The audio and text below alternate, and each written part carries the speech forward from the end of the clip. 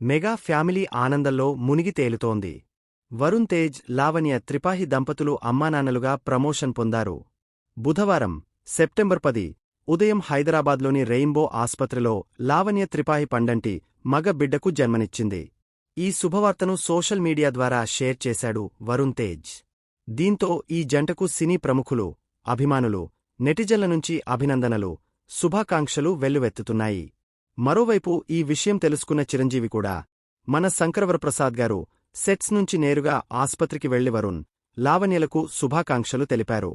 మనవడిని చేతుల్లోకి తీసుకుని లాలించారు. అనంతరం ఈ ఫోటోని ఎక్స్ వేదికగా అభిమానులతో పంచుకున్నారు. ఈ ప్రపంచానికి స్వాగతం, మై లిటిల్ వన్.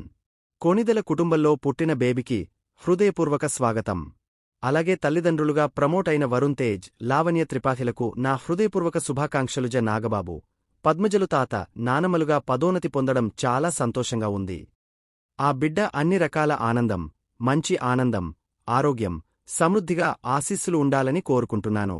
మీ ప్రేమ, ఆశీర్వాదాలు ఎల్లప్పుడూ మా బిడ్డను ఉండాలని ఆశిస్తున్నాం అంటూ చిరంజీవి రాసుకొచ్చారు.